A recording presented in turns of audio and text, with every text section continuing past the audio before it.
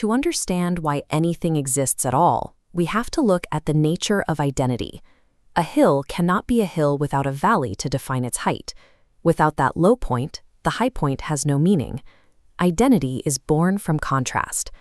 This logic dictates the beginning of everything could not have been a simple state of nothingness. For nothing to have an identity, it requires an opposite something to give it a boundary. In the early cosmos, this manifests as light and darkness. The nothing is the darkness, and the something is the light. They are two halves of a single, necessary definition. We can see this in how we define reality. Intelligence is a causative existence, while not being intelligent is merely the absence of it. Strength is a presence. Weakness is the void where strength should be. Light having positive existence carries the weight of good, while darkness, as a negative absence, represents bad. For this contrast to actually function, there must be a consciousness to recognize it. Since nothing else existed as observer, the light and darkness became conscious of each other.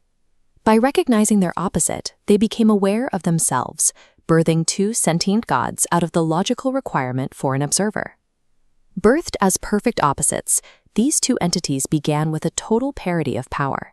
Neither force holds a single percentage point of advantage over the other. They exist in a state of total awareness, watching one another across the void, yet they are paralyzed. Any move one god makes is instantly countered by the equal opposite force of its rival. This mathematical deadlock creates a stagnant universe. When two infinite forces are perfectly balanced, the result is an eternal zero, a cosmos where nothing can grow, change, or end. To break this tie, the gods needed a factor separate from their own infinite natures. They required an external variable to enter the equation and tip the scales. The gods devised a project to manufacture that missing variable. They moved beyond the void to create a physical universe populated by living, biological organisms. This diagram shows the investment. The gods of light and darkness each take exactly 50% of their energy, combining it into mortal bodies. Because this perfect balance gives neither god more influence, a neutral zone is created within the soul, where free will emerges. Free will allows the individual to provide the nudge that the gods cannot. Every choice a person makes toward good or evil provides a tiny, independent weight to one side of the scale. This makes humanity the tie-breaking mechanism for the universe. We are the tools designed to resolve the stalemate that paralyzed the gods since time began. The system harvests these choices at the moment of death. Over a lifetime, a person's repeated decisions create a permanent bias, giving their soul a specific weight or density. Those choosing a bias of goodness become light enough to float upward. Their positive energy returns to the god of light, making it slightly stronger. If weighed down by a bias toward evil, a soul sinks downward into the darkness. Its energy merges with the god of darkness, fueling it. However, the system occasionally produces a result that doesn't help the gods. Some individuals die exactly as they were born, perfectly neutral, with a 50-50 split of good and evil. These neutral souls offer no data and no energy.